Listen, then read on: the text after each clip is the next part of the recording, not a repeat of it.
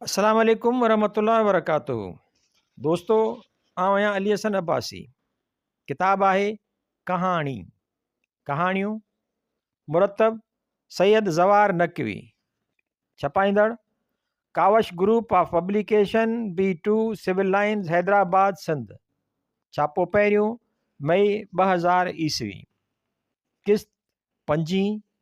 ग़ुलाम नबी मुग़ल। ग़ुलाम नबी मुग़ल 12 मार्च 1944 ईस्वीअ में हैदराबाद में ॼाओ। संदसि पहिरीं कहाणी तिर जे उनवान सां माहवार मखज़न रूह रिहाण में 1965 ईस्वीअ में शाया थी। हिन जो पहिरियों कहाणियुनि जो किताब नओं शहर 1964 ईस्वीअ में फ्रेंच लेखक पेरी लोई जो नॉवलेट वुमेन एंड द पपेट औरत ऐं प्यार जे नाले सां 1965 ईस्वीअ में। संदसि कहाणियुनि जो ॿियो किताब राति जा नेण 1968 ईस्वीअ में। कहाणियुनि जो टियों किताब राति मुंहिंजे रूह में 1978 ईस्वीअ में। कहाणियुनि जो चोथों किताब 60 70 80 1989 ईस्वीअ में। संदसि पहिरियों नाविल ओड़ा 1994 ईस्वीअ में। संदसि ॿियो नाविल दूहाटियल रातियूं ऐं रोलाक 1994 ईस्वीअ में शाया थी चुका आहिनि। हिनखे संदसि कहाणियुनि जे किताब राति मुंहिंजे रूह में ते इंस्टीट्यूट ऑफ सिंधालॉजी जामशोरो पारां साल जे बहितरीन अफ़सानवी अदब जो इनाम मिली चुको आहे। हू हिन वक़्तु हैदराबाद सिंध में रहे थो। कहाणी वरसे में मिलंदड़ ख़ुशबू ऐं रोशनी। ग़ुलाम नबी मुग़ल। नंढड़ी शबाना मुंहिंजे भर वारे फ्लैट में पंहिंजनि माइटनि सां रहंदी आहे। संदसि पीउ ऐं माउ जी त ख़बर कान हुयमि, पर उहो ज़रूरु सम्झमि पिए त संदसि भाइर ऐं भेणूं अधु डज़न खां बि मथे हूंदा। पर शबाना जे अखियुनि में गज़ब जी ज़हानत ऐं सवाल नज़र ईंदा हुआ। उहो सदाईं साफ़ सुथरी हूंदी हुई, पर खेसि नओं कपिड़ो पहिरियल मूं घटि ॾिठो। स्कूल जो यूनिफॉर्म शाम ताईं पाईंदी हुई ऐं पोइ शाम जो जॾहिं सखर शहर मथां सिज जे बाहि जो सेक घटि थींदो हो त शबाना बि वेंझी सेंझी धोतल इस्त्री कयल कपिड़ा पाए मूंखे अपार्टमेंट्स जे कंपाउंड में नज़र ईंदी हुई। शबाना जी उमिरि 7-8 साल मस हूंदी। मुंहिंजी हिन सां का बि सुञाणप बि न हुई ऐं मूंखे बि उहा हिकु मामूली छोकिरी लॻंदी हुई, सवाइ संदसि अखियुनि जे। संदसि अखियूं ज़हानत ऐं सवालनि सां भरियल महसूसु थींदियूं हुयूं। जॾहिं उतां लंघंदो हुउसि त उहा थोरो परभरो थी बीही रहंदी हुई ऐं आउं महसूसु कंदो हुउसि त हीअ नींगरी मूं में कुझु ॻोल्हणु चाहे थी। हिकु ॾींहुं मूं उन जी हालति मंझि पुछियोमांसि, बेबी अव्हां छा था ॾिसो? मां बेबी न आहियां, मुंहिंजो नालो शबाना आहे। मूंखे त ख़बर नाहे। अव्हां रोज़ु ईंदा आहियो वेंदा आहियो, अव्हां कॾहिं पुछियो ई न। उहा मुंहिंजी ग़लती आहे।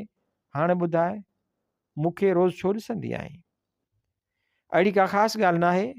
अव्हां हिन प्लाज़ा में रहो था, उन ई करे मुंहिंजा अंकल आहियो। अंकल खे ॾिसणु न खपे छा? न यार, तूं भली ॾिस, अव्हांखे मुंडी ॾाढी सुठी पियल आहे। मूं मुंडीअ खे ॾिठो। हा, मुंहिंजी शादीअ जी आहे। अव्हां शादी बि करे छॾी?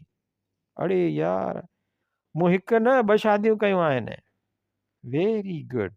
उहो पहिरियों भेरो मुर्की। 2 शादियूं 2 ज़ालूं, पोइ मुंडी हिकिड़ी छो आहे? बपायो न। मूं खिली ॾिनो। तुंहिंजी ॻाल्हि सही आहे, कोशिशि कंदुसि बपायां। अंकल, मां हमेशह सही ॻाल्हि कंदी आहियां। उहा असांजी पहिरीं तफ़सीली मुलाक़ात हुई। हिकु ॾींहुं प्लाज़ा जो ट्रांसफार्मर ख़राबु थी पियो। घणा माण्हू फ्लैटनि जे खूरनि मंझां ॿाहिरि निकिरी आया। शबाना बि कुझु ॿारनि सां कंपाउंड में बीठी हुई। वापडा वारा मरमत करे रहिया हुआ। शबाना मूंखे ॾिठो त आहिस्ते आहिस्ते अची मुंहिंजे भर में बीठी। मूंखे उहा एतिरो यादि न हुई, पर खेसि ॾिठुमि त संदसि अखियुनि जा झरकंदड़ सवाल यादि अची विया। अव्हां ऊंदहि में छो बीठा आहियो अंकल? तूं छो बीठी आहीं? मूं सवाल कयो। अव्हां वटि त जनरेटर आहे, हलायो, गोड़ करायो ऐं अंदरि वञी आराम करियो। जनरेटर जी बिजली पखनि मां गरम हवा कढे थी। अव्हांजो मतिलबु त AC नथो हले? बिल्कुलु सही। पोइ पंखे जे हेठां बर्फ़ रखो या बर्फ़ जे परनि वारा पंखा लॻायो। अव्हां अमीर आहियो, अव्हां सभु कुझु करे सघो था। शबाना बर्फ़ जे परनि वारा पंखा किथे मिलंदा आहिनि जो वठी अचां? मिली वेंदा, नथा मिलनि त ठाराए वठो। बाक़ी असांजे घर में लॻियल पंखा त गरम हवा ॾींदा आहिनि, असांखे त गर्मी नथी लॻे। मूं वटि संदसि ॻाल्हियुनि जो को बि जवाबु न हो ऐं खिलण लॻुसि।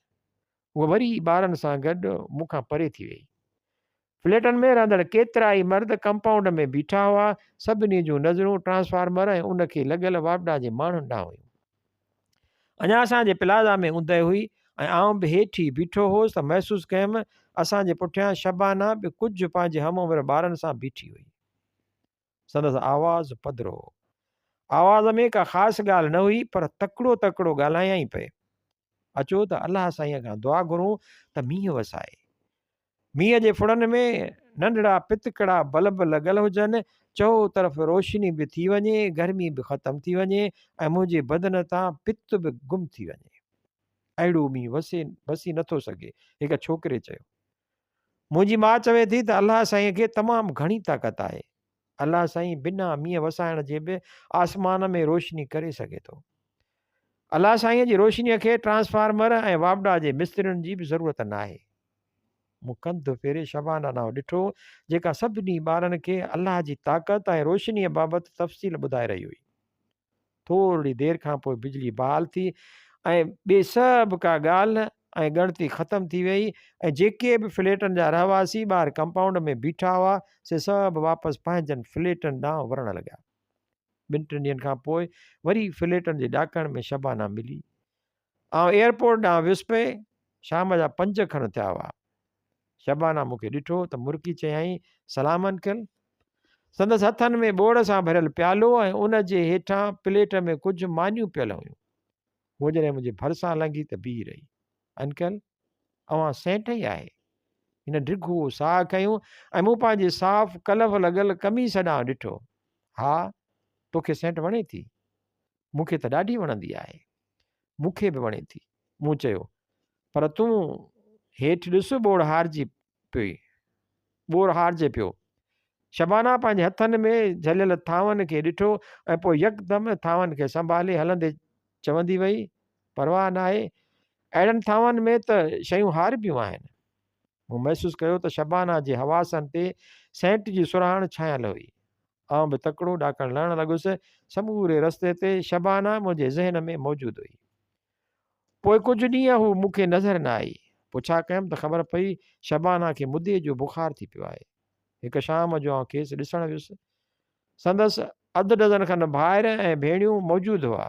शबाना जी माउ बि बीठी हुई, जंहिंजे चहिरे ते रत नाले जी का शइ न हुई ऐं जिस्म बि पंहिंजे उमिरि जे लिहाज़ जे बदिरां हिकु छोकिरीअ जो पियो लॻो।